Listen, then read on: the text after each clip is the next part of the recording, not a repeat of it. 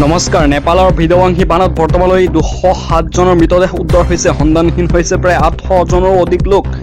আপুনি নেপালৰ দৃশ্যাংশ চাওক, কেনেধৰণৰ বানত আক্ৰান্ত হৈ আছে, অৰ্থাৎ বানত বিধ্বস্ত হৈছে। বৰ্তমানলৈকে 207 জনৰ মৃতদেহ উদ্ধাৰ হৈছে। বৰ্তমান ভাৰতৰ পৰা অৰ্থাৎ 800 জনৰ অধিক লোক সন্ধানহীন হৈ আছে ভাৰতৰ। নেপালৰ বিধ্বংসী বানত প্ৰায় 100 চীনা নাগৰিকৰ সন্ধানহীন হৈ আছে। চীনা চৰকাৰে অৰ্থাৎ চীনৰ চৰকাৰে জাৰি কৰিলে এই তথ্যসমূহ জাৰি কৰিছে। নেপালৰ ভয়ংকৰ দৃশ্য, বানত বিধ্বস্ত হৈ আছে, বানত বিধ্বস্ত হৈ ক্ষতিগ্ৰস্ত হৈছে ভাৰতৰ লগতে বিভিন্ন পৰ্যটকসকল।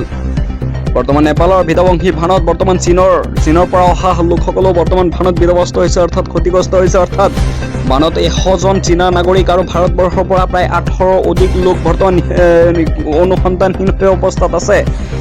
নেপালৰ মহাপ্ৰলয়ত সন্ধানহীন হৈ আছে 300ৰ অধিক ভাৰতীয় নাগৰিক। নেপালৰ বৈদেশিক মন্ত্ৰী হিহিৰ খানে প্ৰকাশ কৰিলে এই তথ্য।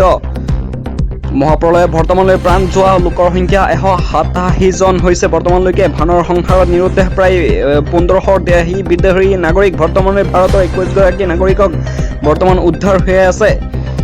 নেপালৰ বানত ক্ষতিগ্ৰস্ত হোৱাৰ একমাত্ৰ কাৰণ বৰ্তমান চীনলৈ আঙুলি টুকুৱাইছে। আঙুলি টুকুৱাই নেপালৰ সংবাদ মাধ্যম চীনলৈ ভয়ংকৰ বানপানীৰ সকলো তথ্য লুকুৱাই থৈছে চীনে। পৰিস্থিতি মোকাবিলা কৰাৰ সুযোগ নিদিলে নেপালক সুযোগ দিয়া নাই।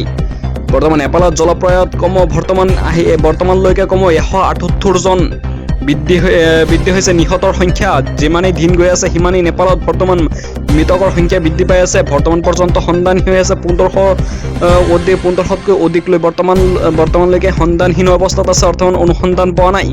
জলপ্ৰলয়ত সন্ধানহীন হৈ আছে 300তকৈ অধিক ভাৰতীয় পৰ্যটক। ইতিমধ্যে 21 ভাৰতীয় পৰ্যটক উদ্ধাৰ কৰা হৈছে। নেপালী সেনাসকলে কমেও 21 ভাৰতীয় পৰ্যটকক বৰ্তমান উদ্ধাৰ কৰিছে। আৰু নেপালৰ যিবোৰ সংহাৰী বানক লৈ ভলেন শ্বাহৰ বাৰ্তালাপ কৰিছে নৰেন্দ্ৰ মোদীয়ে। ভলেন শ্বাহৰ সৈতে কিন্তু অসমৰ বিধ্বস্ত হৈছে যি বানপানীসমূহৰ তাত খবৰ ল'বলৈ ভাৰতৰ প্ৰধানমন্ত্ৰীগৰাকী এদিনো ভাৰতলৈ অহা নাই, কিন্তু নেপালৰ সংহাৰী বানক লৈ ভলেন শ্বাহৰ সৈতে বাৰ্তালাপ কৰিছে।